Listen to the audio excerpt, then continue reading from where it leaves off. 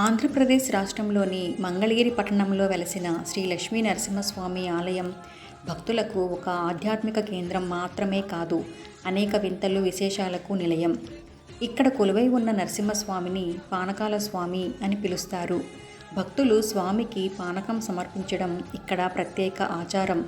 స్థానికుల కథనం ప్రకారం మంగళగిరి ఒకప్పుడు అగ్నిపర్వతం. అందుకే ఇక్కడ స్వామికి పానకం పోసి శాంతింపజేయడం జరుగుతుందని భక్తులు విశ్వసిస్తారు. భారతదేశంలోని విష్ణువు 8 పవిత్ర స్థలాలలో ఈ క్షేత్రం ఒకటి.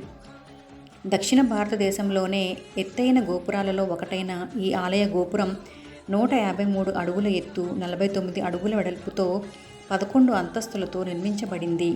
శ్రీ మహావిష్ణువు కోసం లక్ష్మీదేవి ఇక్కడ తపస్సు చేసినట్లు పురాణాలు చెబుతున్నాయి.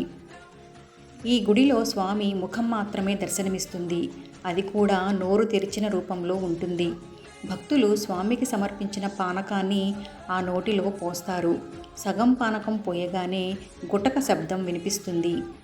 ఆ మిగిలిన సగభాగాన్ని భక్తులకు ప్రసాదంగా ఇస్తారు. మంగళగిరిలో 3 నరసింహస్వామి ఆలయాలు ఉండటం విశేషం. కొండ కింద లక్ష్మీ నరసింహస్వామి, కొండ పైన పానకాల స్వామి, కొండ శిఖరాన గండాల నరసింహస్వామి ఆలయాలు ఉన్నాయి.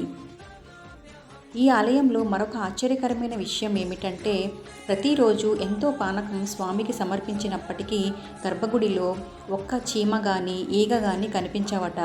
ఇది భక్తులకు ఎంతో ఆశ్చర్యాన్ని కలిగిస్తుంది. దీని వెనుక ఉన్న శాస్త్రీయ కారణాలను తెలుసుకోవడానికి ఎంత ప్రయత్నం చేసినా నేటికి ఇదొక రహస్యంగానే మిగిలిపోయింది.